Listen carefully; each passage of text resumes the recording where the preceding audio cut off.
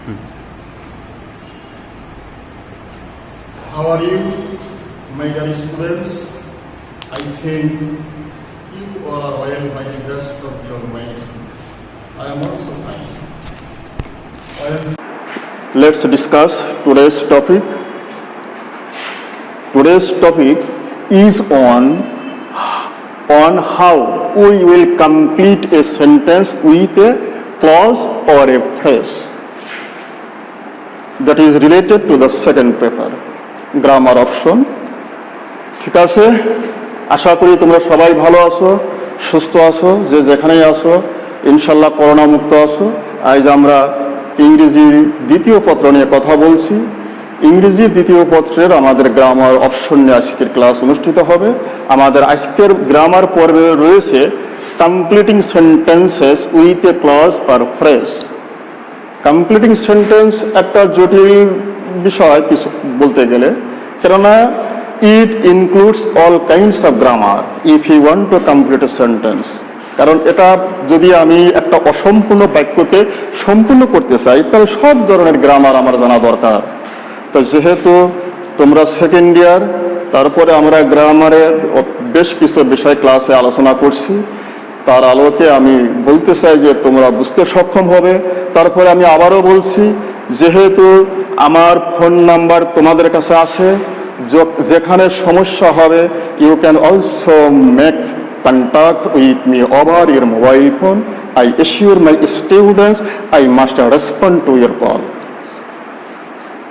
আমরা দেখো, আমি যে কথাটা বলছি যে এখানে আমরা অসম্পূর্ণ বাক্যকে আমরা সম্পূর্ণ করব, তো সেখানে আমরা প্রথমেই বলি, আমরা যে সমস্ত গ্রামার ইতিমধ্যে আলোচনা করছি, বিভিন্ন প্রকার কনজাংশনের ব্যবহার, রাইট ফর্ম অফ ভার্ব এবং বাক্য diversion of sentences, that is বাক্য পরিবর্তন, এসব কিছু মিলে কিন্তু আমরা মনে করি কমপ্লিটিং সেন্টেন্স।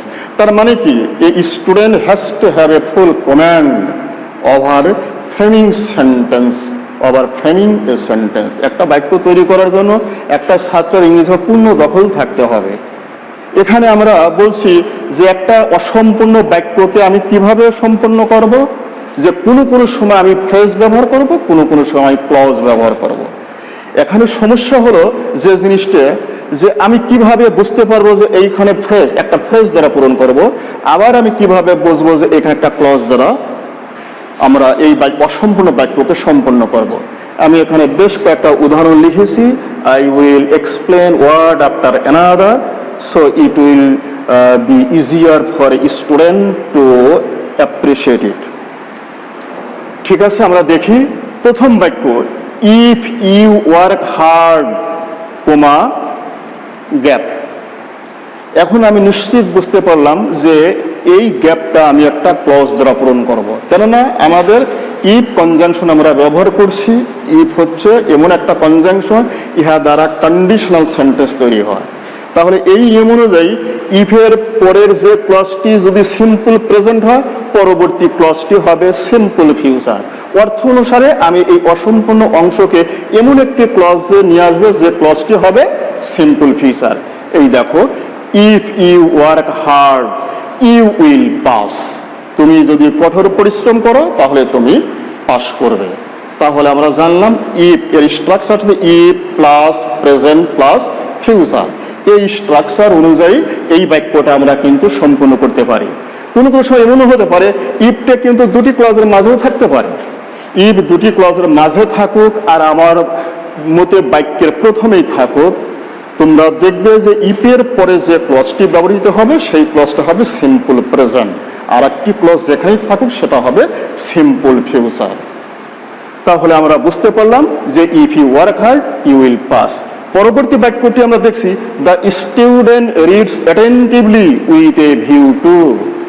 ছাত্রটি মনোযোগ সহকারে পাঠ করে উইথ এ ভিউ টু, একটা phrase, with a view to একটা ফ্রেজ। তাহলে যেহেতু এখানে ফ্রেজ আছে, এখানে কোনো কনজাংশন নাই, তাহলে we can be sure of using a phrase here. এখানে আমরা একটা ফ্রেজ দ্বারা এই অসম্পূর্ণ বাক্যকে আমরা সম্পূর্ণ করতে পারি। তাহলে মিল করতে হবে উইথ এ ভিউ টু, মানে জন্য কথাটা এখানে অর্থ পাওয়া যাবে। তাহলে আমরা পূরণ করছি, the students read attentively with a view to scoring A A good result. এখানে আর একটা জিনিস খেয়াল করতে হবে, উইথ এ ভিউ টু, এই ফ্রেজের শেষে আছে টু। টুর পরে সাধারণত আমরা জানি কি ব্যবহৃত হয়, ভার্বের বেস ফর্ম, কিন্তু এখানে আমি জিরান্ড ব্যবহার করছি। তাহলে আমরা মনে করব কি যে when to is related to a group of words that is phrase, after these two gerundal form of verb should be used, and here to will act as a preposition। যে যখনই টু একগুচ্ছ শব্দের সাথে জড়িত থাকবে, সেই two এর পরে যখন কোনো ভার্ব আসে সেই ভার্বের জিরান্ড ব্যবহৃত হবে, আর এই টুকে আমরা তখন বলবো প্রিপোজিশন।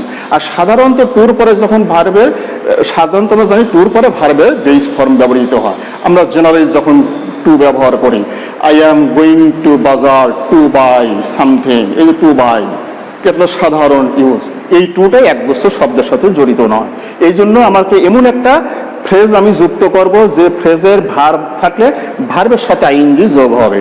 তাই আমি কি বললাম, the student reads attentively with a view to scoring a good result.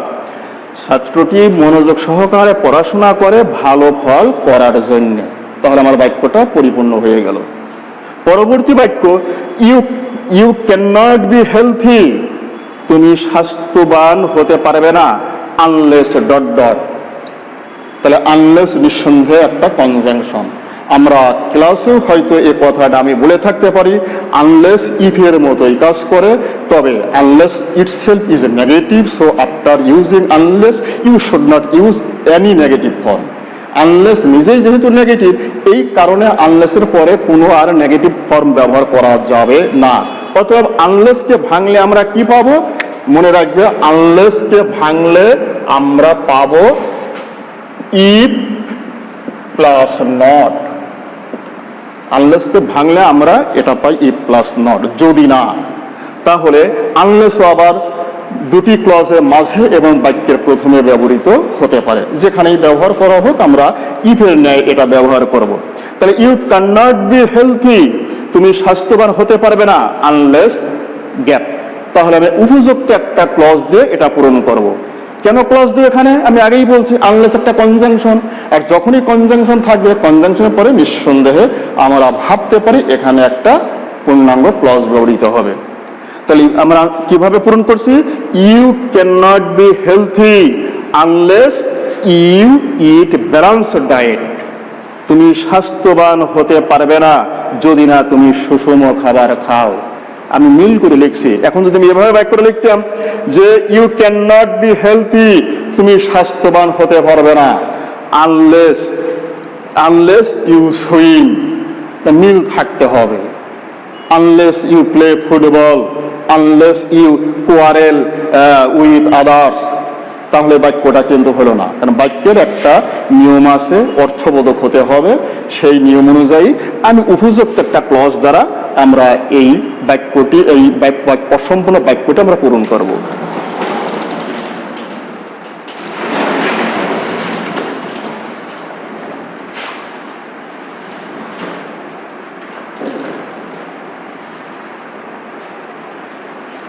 পরবর্তী আমরা বাক্যটি the old man is so weak, তারপরে গ্যাপ। তাহলে এখানে কিন্তু একটা স্ট্রাকচার আছে, সেই অনুযায়ী আমরা ব্যবহার করতে পারি। সেই স্ট্রাকচারটাও হচ্ছে সো ডট ডট দ্যাট। এই ফর্মুলা আমরা ব্যবহার করতে পারি। কি ফর্মুলা? সো এর পরে অ্যাডজেক্টিভ অথবা অ্যাডভার্ব যখন বসবে, তার পরবর্তী যে গ্যাপটা থাকবে সেই গ্যাপে আমরা দ্যাট প্লাস একটা ক্লজ ব্যবহার করে এই অসম্পূর্ণ বাক্যকে আমরা সম্পূর্ণ করব। এর অর্থ হচ্ছে এতই ডট ডট যে, সো ডট ডট দ্যাট মানে এতই ডট ডট যে। তাহলে আমরা মিল করে লিখি, তাহলে আমরা বুঝলাম এখানে একটা কি করতে হবে, একটা ক্লজ দ্বারা আমরা এই অসম্পূর্ণ বাক্যকে আমরা সম্পূর্ণ করব। দ্য ওল্ড ম্যান, তাহলে আমরা সমাধান করছি কিভাবে, the old man is so weak, বৃদ্ধ লোকটি এতই দুর্বল, that he can not walk. তাহলে আমরা বলছি কি the old man is so weak, তারপরে গ্যাপ রয়েছে। তাহলে আমরা কেমন করে বুঝবো যে এই গ্যাপটা আমরা ক্লজ ব্যবহার করব? ওই যে একটা আমরা স্ট্রাকচার জানি, সো ডট ডট দ্যাট। এই স্ট্রাকচার অনুযায়ী দ্যাটের পরে একটি ক্লজ ব্যবহৃত হবে। আর এখানে সো আছে, সোর পরে অ্যাডজেক্টিভ অথবা অ্যাডভার্ব। সো এর পরে কখনো যখনই অ্যাডজেক্টিভ অথবা অ্যাডভার্ব থাকবে, তারপরে যখনই গ্যাপ থাকবে, নিঃসন্দেহে তুমি মনে করতে পারো the sentence will be complete with the help of a clause. তাহলে এই সেন্টেন্সটা একটা ক্লজ দ্বারা পূরণ করতে হবে। তাহলে আমরা লিখছি কি, the old man is so weak that he can not walk. বৃদ্ধ লোকটি এতই দুর্বল যে সে হাঁটতে পারে না। পরবর্তী সেন্টেন্স আই নো, গ্যাপ দেওয়া হয়েছে তারপর, এটা একটু আলাদা ধরনের বাক্য।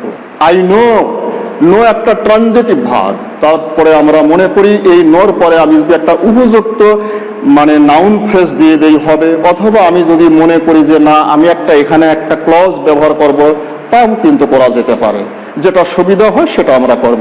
আমি শুধু একটা প্রসেস এখানে দেখিয়েছি তোমাদের, যে আই নো হিজ অ্যাড্রেস, শুধু একটা ফ্রেজ দ্বারা, হিজ অ্যাড্রেস একটা ফ্রেজ দ্বারা আমি এই অসম্পূর্ণ বাক্যকে সম্পূর্ণ করেছি।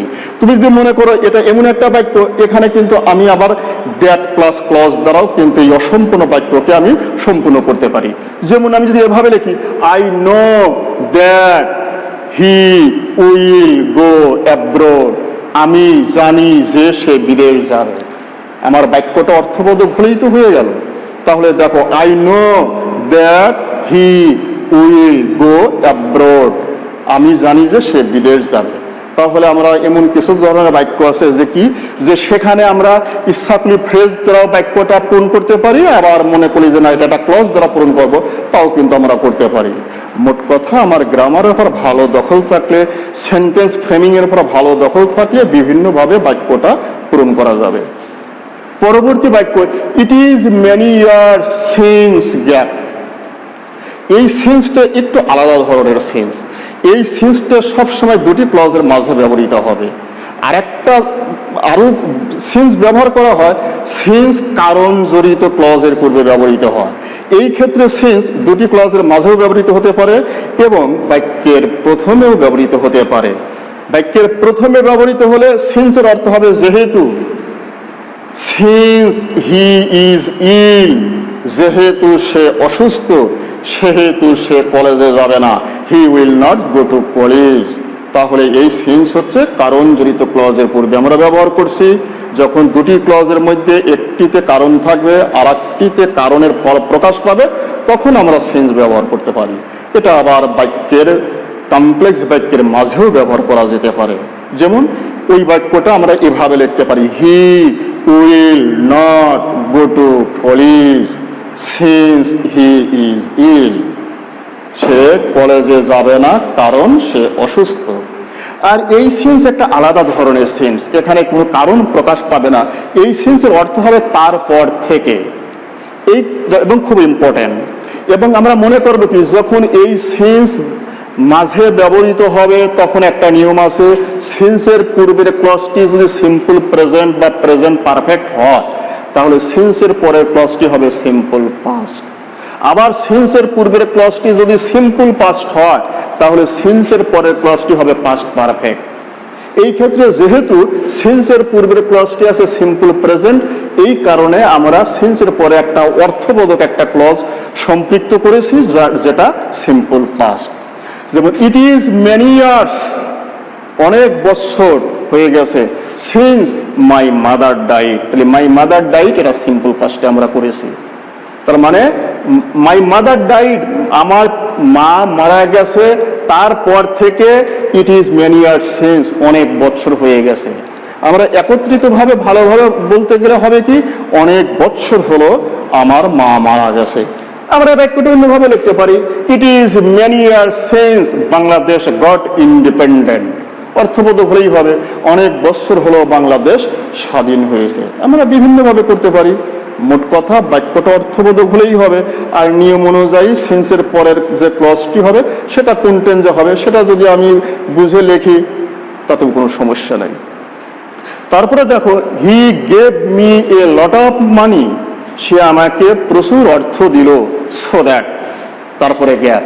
সো দ্যাটের ব্যবহার একেবারে সহজ, কেননা সো দ্যাট সব সময় it is used always in the middle of a complex sentence, সব সময়, and it is always followed by can or could.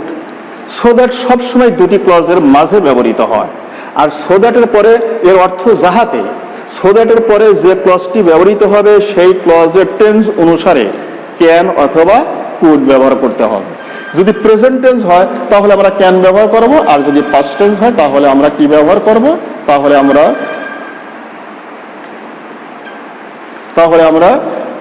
প্রেজেন্টে আগেকার ক্লজটি যদি পাস্ট টেন্স হয় তাহলে আমরা পরেরটা ব্যবহার করব কুড, আর যদি আগেকার ক্লজটি প্রেজেন্ট টেন্স হয় তাহলে আমরা ব্যবহার করব can.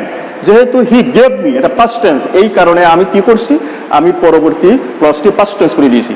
He gave me a lot of money, সে আমাকে প্রচুর অর্থ দিয়েছিল, সো দ্যাট যাতে I could buy a car, আমি একটা গাড়ি কিনতে পারি।